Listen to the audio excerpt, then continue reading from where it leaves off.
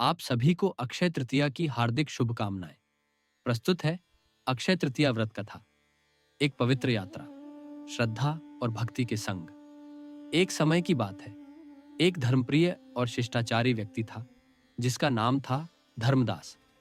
धर्मदास का जीवन धर्म कर्म में रमा हुआ था, लेकिन निर्धनता के कारण उसे अपने परिवार के भरण पोषण की चिंता सदैव सताती थी। एक दिन किसी ज्ञानी पुरुष ने उसे अक्षय तृतीया व्रत के महत्व के बारे में बताया। धर्मदास ने श्रद्धा भाव से इस व्रत को करने का संकल्प लिया। अक्षय तृतीया के पावन दिन धर्मदास प्रातः काल उठे, गंगा स्नान किया और श्रद्धा पूर्वक भगवान विष्णु की पूजा अर्चना की।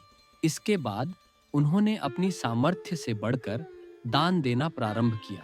जल से भरे घड़े, पंखे, जौ, सत्तू, चावल, नमक, गेहूं, गुड़, घी, दही, सोना और वस्त्र आदि भगवान के चरणों में अर्पित कर ब्राह्मणों को दान कर दिया।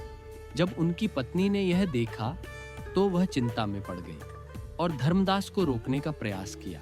उन्होंने कहा, स्वामी, हम स्वयं इतने निर्धन हैं, फिर इतना दान कैसे देंगे? लेकिन धर्मदास ने न तो धन की चिंता की, न ही अपनी वृद्धावस्था और रोगों की परवाह की। उन्होंने अखंड श्रद्धा और भक्ति भाव से व्रत का पालन किया। जीवन भर धर्मदास ने अक्षय तृतीया के दिन व्रत, दान और पुण्य का पालन किया। अपने पुण्य कर्मों के फलस्वरूप अगले जन्म में धर्मदास को राजा कुशावती के रूप में जन्म मिला। उनके राज्य में अपार धन, ऐश्वर्य और सुख समृद्धि थी। इतने वैभव के बाद भी धर्मदास ने कभी लोभ और अहंकार को अपने हृदय में स्थान नहीं दिया। वे सदैव धर्म मार्ग पर चलते रहे और प्रजा का कल्याण करते रहे। अक्षय तृतीया व्रत के पुण्य से धर्मदास को अक्षय वैभव, अक्षय यश और अक्षय सुखों की प्राप्ति हुई। जो भी श्रद्धा और भक्ति के साथ इस कथा को सुनता है, उसे भी धन, वैभव, सुख और सौभाग्य की प्राप्ति होती है।